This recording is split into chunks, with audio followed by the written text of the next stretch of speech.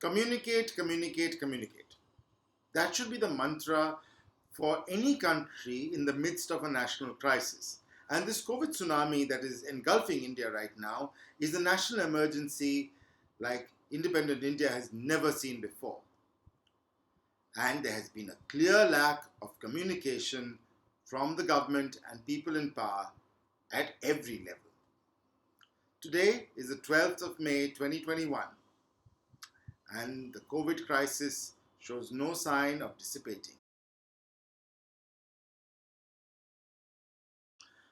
I am willing to excuse the government on some parts. When your requirements for medical oxygen go up by a factor of 10 in the space of 15 days, no government in the world can really handle the scale of this. It's just massive. And in India, with our numbers, it's even more difficult for any government, whether it's a state government or central government, to really deal with this. However, the lack of communication, in my opinion, led to the growth of a lot of misinformation and the spreading of fear out there.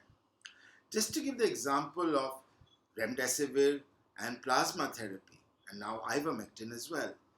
Now, there is no scientific or medical evidence that these treatments work. In fact, several scientific papers have come out saying remdesivir and plasma therapy are discredited treatments for the COVID-19 virus. However, in the last few weeks, any of us in WhatsApp groups have seen that people have been requesting remdesivir, requesting plasma, and you can't blame people. I've lost somebody close to me to cancer, and I know how desperate people can be when somebody is dying. It's, you're willing to try anything and everything, and you can't blame the doctors for prescribing this. Doctors and other frontline health staff, whether they're nurses or even administrators in hospitals, are stretched to the limits. They do not have time to look at patients. And when you as a patient ask them, why don't you prescribe remdesivir, they say, what's the big deal? If the patient wants it, we'll prescribe it. Don't blame the doctors over here. The doctors are really overwhelmed, and I thank them for their service, and so many of them have passed away also in the last few months just doing their work.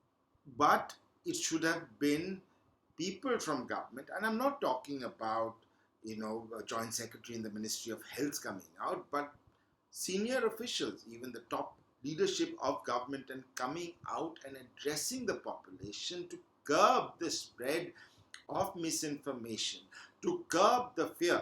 People would still have died in this pandemic. But if better communication was used, maybe we could have saved 10, 15, 20 lives a day. We are now losing up to 4,000 people, maybe even 5,000 officially, every single day in India. Some of these deaths were clearly preventable if better information was out there. Currently, we're having another information crisis, that regarding vaccinations. India has a strange dichotomy.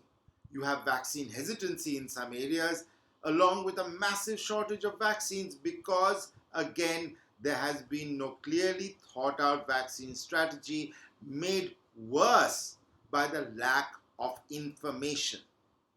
People need information to process, and that information has to come from the top.